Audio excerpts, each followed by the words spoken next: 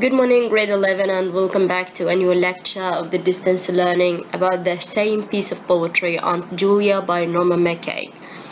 Today I'm going to start the analysis of this poem. I divided it into two parts, part 1 and part 2, because it's somehow long and I wanted to ease it up to you. And I will simplify the most important points to be used in the analytical essay.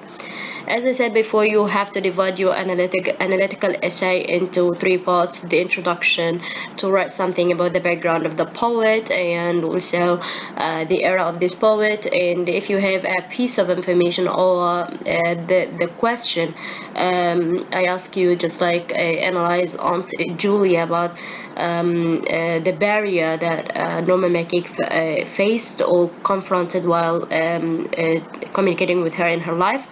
So you will mention this piece of information in the introduction to talk about it in details in the main part or the body of this.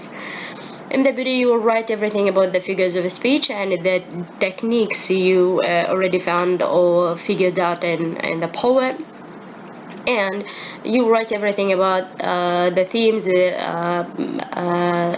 the form or structure, things like that, mentioning the summary in a functional way in the main part of the body. In the final part, the conclusion, you will apply his style, for example, or the total analysis of the poem to his era or to what was common or popular in his era. If he added something important to literature that time or not.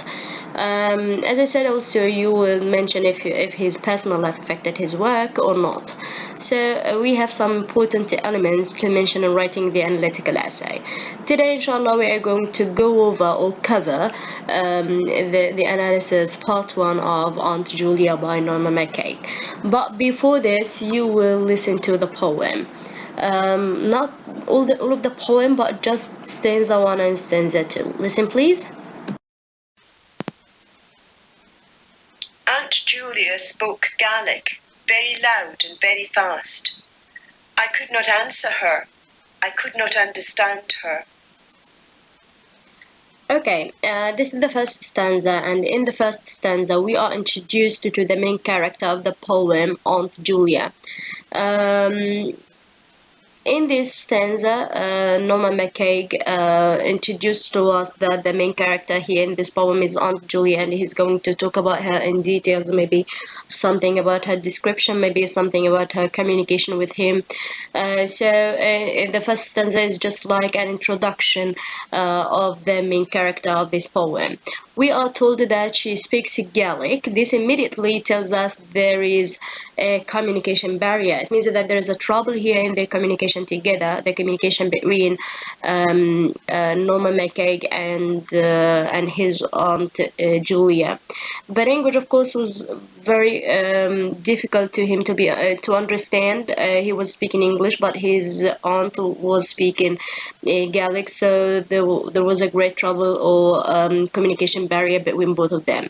He used the two lines that I could not answer her and I could not understand her.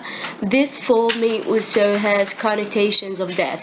I could not answer her shows his desperation and grief, and also shows us that McCaig perhaps feels guilty about his relationship with his aunt, that he never really understood her and never will understand her. So in this stanza, Norma McCaig shows us that he felt guilty, he felt very sad. He accused himself of this gap or the communication barrier between him and his aunt, because he couldn't learn the Gaelic language and she couldn't learn the English language. There was a great communication barrier between both of them. It was and he felt guilty around that. In stanza 2, listen to stanza 2 first, and after that I'm going to explain it or analyze it in details. She wore men's boots when she wore any. I can see her strong foot stained with peat, paddling the treadle of the spinning wheel, while her right hand drew yarn marvellously out of the air. Great. In the second stanza, I see his aunt, a strong woman, a very strong woman, because she's very hardworking. I think she's responsible for everything in her craft. So I see her a very responsible woman, and also a very strong woman. So in stanza 2, the opening lines are: she wore men's boots when she wore any. It means that sometimes she wore men's boots, but almost of her time she didn't wear anything.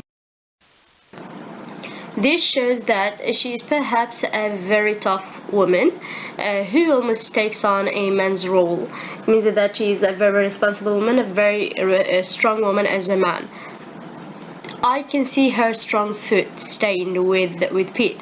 This reveals that the character is a woman of the land, paddling with the treadle of the spinning wheel while her right hand drew on marvelously out of the air. This shows a more domesticated side to Aunt Julia. This is a skill heavily side to Aunt Julia. Here he shows how strong his aunt is, and how responsible his aunt is. She's responsible for everything in her craft like a man. She is a very hardworking woman. This is a skill heavily associated with island life. Harris is famous for producing tweed. The word choice of marvelously shows the young McCaig's admiration and fondness for his aunt. So he admired his aunt very much for being very strong, hardworking, and responsible. She never complains, but she's always working without even saying a complaint.